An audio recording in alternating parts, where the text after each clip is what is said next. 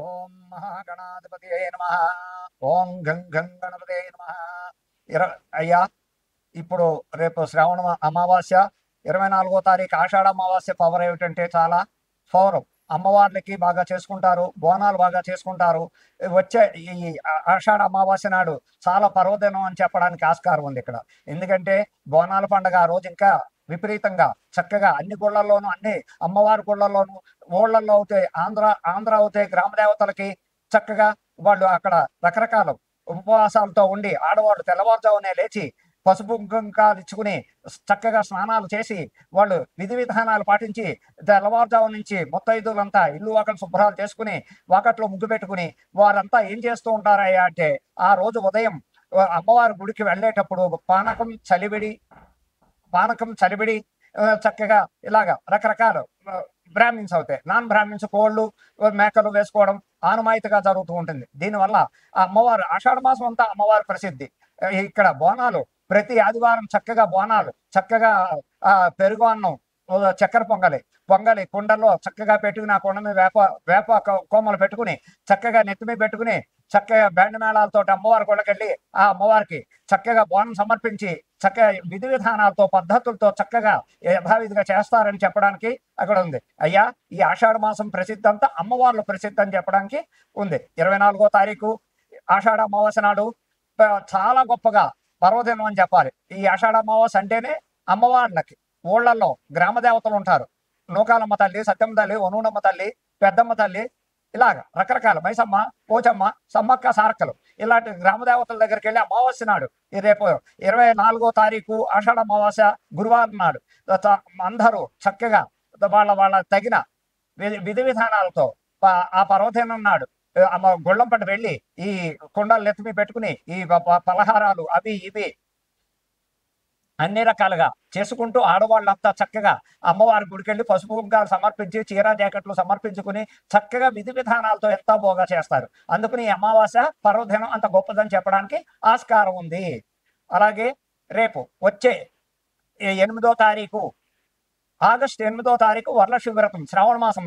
ఆ శ్రావణ మాసం మొత్తం ఆడవాళ్ళు ఎంతో విధి విధానాలతో చక్కగా శుక్రవారాలు, మంగళవారాలు చక్కగా విధి విధానాలతో ఎంతో అందంగా ముత్తైదులను పిలుచుకోవడం. మంగళవారం అయితే శ్రావణ మంగళవారం నాడు చేసేది ఏమిటంటే సాయంకాలం వెళ్ళి ముత్తైదులను పిలుచుకుని శనగలు, పళ్ళు, తాంబూలం అలాగే అన్ని పెట్టుకుని ముత్తైదులకు పసుపు రాసి, కాళ్ళకు పసుపు రాసి, గంధం పెట్టి, బొట్టు పెట్టి వాయినాలు ఇచ్చుకుని ఆయన అయితే శ్రావణ మాసం అంతా శుక్రవారం వరలక్ష్మి వ్రతం నాడు చేయవలసిన పండగ ఏమిటయ్యా అంటే తెల్లవారుజామునే లేవడం, చక్కగా ఇల్లంతా శుభ్రం చేసుకోవడం, దేవుడి మందిరం శుభ్రం చేసుకోవడం.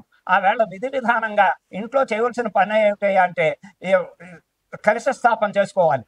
ఉదయం కలశ స్థాపన చేసుకుని చక్కగా ఒక పీట వేసి, దేవుడి మందిరంలో పీట వేసి ఆ పీట మీద పద్మం వేసి ముగ్గుతో పద్మం వేసి, వరిపిండి కానీ ముగ్గు కానీ పద్మం వేసి ఆ పద్మం మీద కలశం పెట్టుకుని ఆ కలశంలో ఇన్ని నీళ్లు, పసుపు నీళ్లు వేసి ఒక రూపాయి కాని వేసి దాని మీద మామిడి కొమ్మలు పెట్టి ఆ మామిడి కొమ్మల మీద కొబ్బరికాయ పెట్టి ఆ కొబ్బరికాయ మీద పైన కలశం ఎర్రని గుడ్డ చుట్టూ చక్కగా కలశంని పెట్టి ఓ పువ్వు, చామంతి పువ్వ, గులాబీ పువ్వ పెట్టి విధి విధానాలతో చక్కగా ముత్తైదులను పిలుచుకుని వరలక్ష్మి వ్రతం విధి విధానం ఏ విధంగా చేయాలి అంటే ఆ అమ్మవారి నామాలు చదువుకోవడం. పసుపు గణపతి, హరిద్రా గణపతిని ఫస్ట్. హరిద్రా గణపతి అంటే పసుపుతో చేసే గణపతిని హరిద్రా గణపతి అంటారు. ఆ గణపతిని తయారు చేసి ఆ బియ్యం మీద పెట్టి ఆ బియ్యం చక్కగా ఆ ఫస్ట్ వినాయకుడు సంకల్పం చెప్పుకోవడం, వినాయకుడు నామాలు చదువుకోవడం, తర్వాత వరలక్ష్మి వ్రతం నామాలు చదువుకోవడం. ఆ నామాల యొక్క వరలక్ష్మి వ్రత కథ చక్కగా సాంప్రదాయ ప్రకారంగా షోడశోపచారాలతో సహా చేసుకుంటూ పూజ అయిన వెంటనే హారతలు, నివేదనలు ఏమిటయ్యా అంటే అక్కడ బూర్లు, పులిహార, క్షీరాన్నం, రకరకాలు పిండి వంటలు ఏవైనా చేసుకోవడానికి ఆస్కారం ఉంది. ఎన్నో విధాలుగా వరలక్ష్మి వ్రతం సాంప్రదాయం ఏమిటయ్యా అంటే ఎన్నో విధి విధానాలకి రకరకాలుగా చేసేందుకు శ్రావణ మాసం అంతా పర్వదినం, ఎంతో పర్వదినం ఇది. ఈ పర్వదినం అంటే ఏమిటయ్యా అంటే ఎంతో చక్కగా ఎన్నో విధి విధానాలతో ఆడవాళ్ళంతా ఎన్నో రకాలుగా చేసుకుంటూ ముత్తైదులు పిలుచుకొని తాంబూలాలు, చక్కగా తయారు చేసి శనగలు వాయినాలు, శనగలు ప్రతి పల్లెల్లోనూ పెట్టి స్తోమత ఉన్న వాళ్ళు చీర జాకెట్ పెట్టచ్చు, లేని వాళ్ళు ఒక జాకెట్ పీసు, ఎర్ర జాకెట్ పీసు, పసుపు కుంకుమ గాజులు ఇటువంటివన్నీ పెట్టి చక్కగా ముత్తైదువులందరికీ కాళ్ళకి పసుపు రాసి గంధం రాసి బొట్టు పెట్టి వాళ్ళకి ఆ వాయినం ఇచ్చి వాళ్ళ చేత ఆశీర్వచనం తీసుకుని ఇలా చేయడం వల్ల ఎందుకయ్యా శ్రావణ మాసమే ఆడవాళ్ళు ఈ విధి విధానం అంతా ఆడవాళ్ళు దేశవ్యాప్తంగా ఎందుకు చేస్తారయ్య అంటే దీనికి కారణం పార్వతీదేవి. ఈ పార్వతీదేవి అప్పుడు ఆ మహాతల్లి శ్రవణ శుక్రవారాలు, శ్రవణ మంగళవారాలు ఆ మహాతల్లి చేసి ఇప్పుడు ఈ కలియుగం వచ్చాక, ఈ తరం వచ్చాక అది కంటిన్యూ అవుతూ ఉంది. ఆ మహాతల్లి ఆ పార్వతీదేవి ఉదయమే లేచి ఇల్లంతా శుభ్రం చేసుకుని ముత్తైదులను అందరినీ పిలిచి చక్కగా వరలక్ష్మి వ్రతం కథ విధి విధానాలు అందరికీ విన్నవించి తర్వాత ఇలాగే పాదాలకి పసుపు రాసి చక్కగా గంధం పెట్టి వాయినాలు, శనగల వాయినం ఇచ్చి ఆవిడ భోజనాలు కూడా పెట్టి ఎంతో మంది సత్కరించి ఆ ముత్తైదులు అందరి చేత ఆశీర్వదింది. అదే విధానంగా ఇప్పుడు చేయవలసిన కార్యక్రమం ఏమిటంటే హిందూ ధర్మ సాంప్రదాయ ప్రకారంగా ఈ శ్రావణ మాసం ఆడవాళ్ల పండగ విపరీతంగా చక్కగా చేసుకుంటారు. దీనివల్ల ముత్తైదువులుగా భర్తల కోసం, పిల్లల కోసం, ఇంట్లో ఆయురారోగ్యాల కోసం అనేక విధాలుగా ఆ అమ్మవారిని కొలుస్తూ ఆ లక్ష్మీదేవి, ఆ వరలక్ష్మీదేవి వ్రతం నాడు ఇంటి క్షేమం కోసం, ఇంట్లో ఆరోగ్యాల కోసం, పిల్లలు చదువుల కోసం, అన్నిటి కోసం ఈ వ్రత విధానం పాటించడం వల్ల భర్తకి, పిల్లలకి అనేక రకాలుగా బాగుంటుందని చెప్పడానికి ఆస్కారం ఉంది. ఈ శ్రావణ మాసం ఎంతో ఉత్తమైంది. అలాగే రేపు 16వ తారీఖు కృష్ణాష్టమి వస్తోంది. 16వ తారీఖు కృష్ణాష్టమి నాడు మధురలో ఎంతో వైభవంగా చేస్తారు కృష్ణాష్టమి.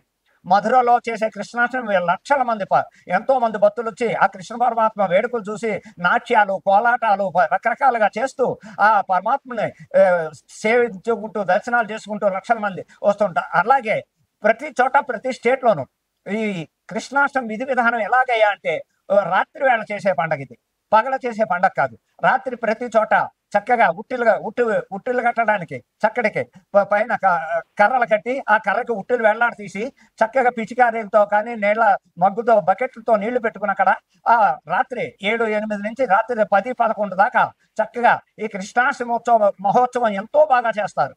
ఈ కృష్ణాష్టమి అంటేనే పర్వదినం చాలా గొప్పదని చెప్పడానికి ఆస్కారం ఉంది. ఆ వేళ రాత్రి ఆ కృష్ణ పరమాత్మకు ఉట్టి కొట్టడం, ఆయనకు వెన్న అంటే మహా ఇష్టం. ఆ వెన్న ముద్దలు నైవేద్యం పెట్టి అందరూ చక్కగా అందులో చక్కెర వెన్న వేసి ఆ ప్రసాదం సేకరించడం వల్ల కూడా ఇస్కాన్ టెంపుల్లో ఇవి అన్ని బెంగళూరు అనగా, హైదరాబాద్ అనగా ఎక్కడ చూసిన ఇస్కాన్ టెంపుల్లో కలకలాడుతూ ఈ పండుగ ఎంతో ఆనందంగా, ఉత్సాహంగా చేస్తారు. దాన్ని విధి విధానాలతో భక్తులందరూ లక్షలాది మంది ఆ దేవాలయాలకు వెళ్ళడం, చక్కగా కోలాటాలు చూడడం, చక్కగా సంబరాలు చూడడం, అనేక విధాలుగా కృష్ణాష్టమి అంటేనే ఎంతో పవిత్రమైన పండగ అని చెప్పడానికి ఆయన మహానుభావుడు. ఆయన్ని ఫస్ట్ అన్నిటికీ కారకుడు, లయకారకుడైన దేనికైనా దశావతారాల్లో ఎత్తిన ఏ అవతారం చూసినా ఆ పరమాత్మ చేసేది ఇంత అంతా కాదు. ఒక్క అవతారం కాదు ఆయనది, ఎన్నో అవతారాలు, దశావతారాలు ఎత్తుతాడు. ఒక్కొక్క యుగంలో ఒక్కొక్క రకంగా ఒక్కొక్క అవతారం ఎత్తి ఆయన ఏ పరిస్థితుల్లో ఎక్కడ ఏది వచ్చినా ఆయన సంహరించడానికి కూడా ఉగ్రనరసింహుడు అవుతాడు. అలాగే రకరకాల విధి విధానాలతో ఏ టైంలో ఎక్కడ ఆపద వచ్చినా ఆపదకు వెళ్ళి వాళ్ళు అనేక రకాల ఇబ్బందులు చూసి, అలాగే సుభద్రాదేవికి ఆయన రక్షాబంధం కట్టి ఎంతో చక్కగా చేస్తాడు. అనేక రకాలుగా ఎన్నో ఈ కృష్ణాష్టమి వేడుకలు చేసుకోవడానికి చాలా మంది భక్తులు, అనేక లక్షల మంది, కోట్ల మంది దేశవ్యాప్తంగా ఈ పండుగ చేసుకుంటారు. ఈ పర్వదినం నాడు చేసేది 16 కృష్ణాష్టమి నాడు చాలా ఉత్తమమైన పండుగ అని చెప్పడానికి ఆస్కారం ఉంది. అలాగే 9వ తారీఖు రాఖీ పౌర్ణమి. ఈ 9వ తారీఖు రాఖీ పౌర్ణమి వస్తోంది కాబట్టి ఆ వేళ ఎవరయ్యా అంటే అది కూడా శ్రీకృష్ణ పరమాత్మ దగ్గర నుంచే వచ్చింది, పార్వతీదేవి దగ్గర నుంచి. ఇలాగా శ్రీకృష్ణ పరమాత్మ సుభద్రాదేవికి దగ్గరికి వెళ్ళి రాఖీ పౌర్ణమి కట్టించుకుని చక్కగా ఆ చెల్లెలకి తగిన చక్కగా పసుపు, కుంకుమ, చీర, జాకెట్టు, తాంబూలంలో అన్ని పళ్ళు, కాయలు ఇచ్చి రక్షాబంధనం కట్టారు. రక్షాబంధనం అంటే దాని అర్థం ఏమిటయ్యా అంటే అన్నా చెల్లెళ్ళ బంధం, అక్క తమ్ముళ్ళ బంధం. ఆ బంధం ఎలాంటిదంటే అపురూపమైన బంధం. ఇంత అంత అని కాదు అక్కడ చెప్పడానికి. ఆ బంధం ఏంటంటే చెల్లికి అన్నగారు అభయస్తం, అక్క చెల్లి నేను ఉన్నా, నీకు నాకు రక్షాబంధనం కట్టావు కాబట్టి నీకు ఇగో నాకు చేతనైంది కానుక నీకు ఇస్తున్నాను, ఇది తీసుకుని నాకు చక్కటి భోజనం పెట్టి నీకు నేను ఆశీర్వదిస్తున్నాను అని చెప్పే బంధం. రక్షాబంధనం అంటేనే ఎంతో పవిత్రత. అక్కడ అన్నా చెల్లెళ్ళే కట్టుకోవాలని లేదు, ఫ్రెండ్షిప్ లో కూడా చక్కగా ఒక అమ్మాయి వచ్చి అన్నగా భావించి చక్కగా రాఖీ కట్టించుకుని ఆయన తోచింది ఆ, డబ్బుల రూపాయన అవ్వచ్చు, చక్కగా లేదా బట్టల రూపాయన అవ్వచ్చు, ఆ అమ్మాయికి కానుక ఇస్తారు. అలాగే ఆ అమ్మాయి కూడా అన్నకి స్వీటో ఏదో ఇచ్చి ఆ రక్షాబంధనం కట్టించుకుని ఆశీర్వాదం తీసుకుంటుంది. ఒక అన్నా చెల్లెళ్ళే కట్టుకోవాలి లేదు అక్కడ. ఆప్యాయత, అభిమానం, బంధుత్వ బాంధవ్యాలు పెరగాలంటే ఈ రక్షాబంధనం వల్ల ఎంతో ఉపయోగం ఉంది. ఎన్నో రకాల సాంప్రదాయాలు ఉన్నాయి. దానివల్ల ఆప్యాయత, బంధుత్వ బాంధవ్యాలు పెరగడం ఎంతో ఉపయోగపడుతుంది. రాఖీ పండుగ అంటేనే అంత పవిత్రత. ఇంకోటి జంధ్యాల పౌర్ణమి కూడా ఆ రోజే. బ్రాహ్మణులు అన్న వాళ్ళంతా వైష్ణవులు అనగా, వైశ్యాస అనగా, ఎవరైనా చారీలు అనగా ఆ వేళ యజ్ఞోపవీతం, నూతన యజ్ఞోపవీతం వేసుకుని చక్కగా సంకల్పం చెప్పి ఆ యజ్ఞోపేతం వేసుకుంటూ ఆ గాయత్రి మంత్రాన్ని 11 సార్లు స్మరించి పాత యజ్ఞోపేతం ఉండగా కొత్త యజ్ఞోపేతం వేసుకుని ఆ పాత యజ్ఞోపేతం పక్కన పెట్టి రాఖీ పౌర్ణమి అదే జంధ్యాల పౌర్ణమి అంటారు, దాన్నే రాఖీ పౌర్ణమి అంటారు, అన్నా చెల్లెళ్ళ బంధం అంటారు. అనేక రకాలుగా ఆ పౌర్ణమి నాడు ఎన్నో రకాల ఉపయోగాలు ఉంటాయని చెప్పడానికి ఆస్కారం ఉంది. ఇది శ్రావణ మాసంలో చేయవలసిన పండగలు. చక్కగా ఈ పండగలు. అలాగే ఇంకా ఈ 27వ తారీఖు, ఈ 27వ తారీఖు వినాయక చవితి పండుగ కూడా వస్తోంది. ప్రప్రదంగా వినాయకుడు అంటేనే దేశవ్యాప్తంగా వినాయకుని కొనవలన పండగ లేదు, శుభకార్యం లేదు. వినాయకుడు మొట్టమొదటిసారిగా ఏ శుభకార్యం చేసినా ఏం చేసినా వినాయకుడిని ఆరాధించాకే, చక్కగా హరిద్రాగణపతిని ఆరాధించాకే. వినాయకుడు లేని పండగ కానీ, పెళ్లిళ్ళు కానీ, ఉపనయనాలు కానీ ఏ శుభకార్యం చేయడానికి ఆస్కారం లేదు. అలాగే వినాయకుడు మొట్టమొదటి కొలిచేది వినాయకుడు. అలాగే 27వ తారీఖు వినాయక చవితి పండుగ వస్తోంది ఈ నెల. ఆ వినాయక చవితి నాడు యథావిధిగా పొద్దున్నే తల స్నానాలు చేసి పట్టు వస్త్రాలు కానీ లేకపోతే మామూలు ఉతికిన వస్త్రాలు కానీ ధరించి వినాయకుడు విగ్రహాలు తెచ్చుకుని చక్కగా స్థాపించి ఇళ్లలో చేసుకునే వాళ్ళు బయట మందిరాలు, మండపాలు లక్షల రకాలు చేసుకుంటారు. అదే మన ఇళ్లలో చేయవలసిన సాంప్రదాయం మట్టి గణపతి. కలర్ గణపతులు అవి ఇవి తేకూడదు. మట్టి గణపతి ఇంత హైట్ లో ఉన్న తెచ్చుకోవడం. పొద్దున్నే విధి విధానంగా అన్ని రకాల పత్రులు, పువ్వులు, మారేడు దళాలు, అన్ని రకాల గన్నేరు పత్రులు, రకరకాల పత్రులు అన్ని తీసుకుని పువ్వులు, పళ్ళు, కొబ్బరికాయలు అన్ని దగ్గర పెట్టుకోవడం. అక్కడ మండపం ఏర్పాటు చేసుకోవడం. ఆ మండపం మీద బియ్యం పోయడం. ఆ తెల్లని వస్త్రం పరిచి ఆ తెల్లని వస్త్రం మీద బియ్యం పోసి ఆ బియ్యం మీద చక్కగా వినాయకుడిని స్థాపించి పసుపు కుంకుమ బొట్టు పెట్టి ఇంకా సంకల్పం మొదలుపెట్టి హరిద్రా గణపతి చేయాలి.